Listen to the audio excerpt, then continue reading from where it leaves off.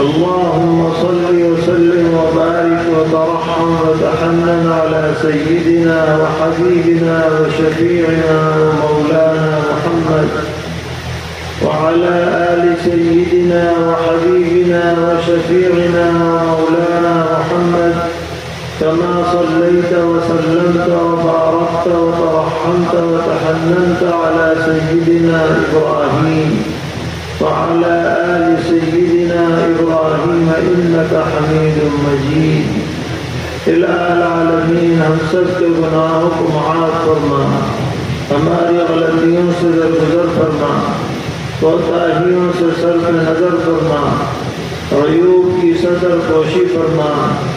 ہم آپ کے دربار کے ذلیل ہیں، مخلوق کے سامنے ہمیں ذلیل مت فرما۔ ہمارے ساتھ دنیا اور آخرت میں ستاری کا معاملہ فرما، عزت و عافیت والی زندگی نصیب فرما، ذلت و رسوائی سے ہم سب کی حفاظت فرما۔ الہ العالمین محض اپنے فضل و کرم سے ذکر و طاعات کی لذت ہمارے دلوں میں پیدا فرما اور منکر اور معصیت کی نفرت دل میں پیدا فرما۔ الہ العالمین ایمانی اور نبوی اخلاق ہمیں عطا فرما، اخلاق رذیلہ ردیہ سے ہماری حفاظت فرما۔ پروردگار عالم اپنا محتاج بنا کر ہمیں مخلوق کا محتاج بنا، ہماری دینی دنیاوی سب ضرورتوں کو غیب سے پورا فرما۔ پروردگار عالم یہ جہاد آپ کے دربار میں اٹھے ہوئے ہیں، الہ العالمین انہیں مخلوق کے سامنے مت اٹھوانا، اس لیے کہ ان ہاتھوں کا، بندوں کے ان ہاتھوں کا اپنے رب کے سامنے اٹھانا بندوں کے لیے عزت کی بات ہے، اور بندوں کا بندوں کے سامنے ہاتھ پھیلانا ان کے لیے ذلت کی بات ہے۔ الہ العالمین ایسی ذلت سے ہماری حفاظت فرما۔ پروردگار عالم اس مدرسے کو ہر طرح کی ترقیات سے مالا مال فرما، ظاہری اور باطنی شرور سے محفوظ فرما۔ اساتذہ، طلبہ، منتظمین، معاونین سب کو جزائے خیر عطا فرما۔ الہ العالمین دنیا میں جہاں جہاں بھی دینی مدارس قائم ہیں ان سب کی حفاظت فرما، جہاں ضرورت ہے ابھی تک قائم نہیں ہو سکے ہیں وہاں قیام کی توفیق عطا فرما، تمام مساجد کی حفاظت فرما، تمام دینی اداروں کی، جماعتوں کی، تنظیموں کی، خانقاہوں کی حفاظت فرما، الہ العالمین ظالموں کے تسلط سے ہمیں نجات عطا فرما، عادل اور منصف حکمراں نصیب فرما، ہمارے جو اکابر اعزا اقربا دنیا سے رخصت ہو چکے ان سب کے درجات بلند فرما، قبروں کو نور سے منور فرما، ان کے طریقوں پر چلنا آسان فرما، اور جو موجود ہیں ان کے عمروں میں برکتیں عطا فرما، الہ العالمین جو بیمار ہیں ان کو شفا عطا فرما، جو مقروض ہیں ان کے قرضوں کی ادائیگی کا غیر سے انتظام فرما، پریشان حالوں کی پریشانیوں کو دور فرما، مصیبت زدوں کی حاجت روائی فرما، بے اولادوں کو اولاد صالح عطا فرما، اولاد والوں کو ان کی اولادوں کو آنکھوں کی ٹھنڈک اور دل کا سرور بنا، ہمارے ناقص کاموں کو مکمل فرما، بگڑے ہوئے کاموں کو درست فرما، حاسدین کے حسد سے بچا، شریروں کی شرارت سے حفاظت فرما، بدخواہوں کی بدخواہی سے محفوظ فرما، دشمنوں کی شماتت سے ہم سب کی حفاظت فرما، الہ العالمین ہر خیر جو پیغمبر علیہ السلام نے آپ سے مانگی ہے وہ سب ہمیں بھی عطا فرما، اور جن شرور سے پناہ چاہیے ان سب سے ہمیں بھی پناہ عطا فرما، پروردگار عالم جو خوش نصیب حضرات حج بیت اللہ کے جانے کا ارادہ رکھتے ہیں ان کے سفر کو قبول فرما، حج مبرور و مقبول عطا فرما، جو جانا چاہتے ہیں اسباب نہیں ہے ان کے لیے غیب سے اسباب عطا فرما، حرمین شریفین کی مقبول حاضری بار بار نصیب فرما، ہمارے اساتذہ والدین مشائخ اعزا اقربا محبین متعلقین محسنین معاونین سب کے لیے خیر کے فیصلے فرما، وصلی اللہ تعالی علی خیر خلقہ محمد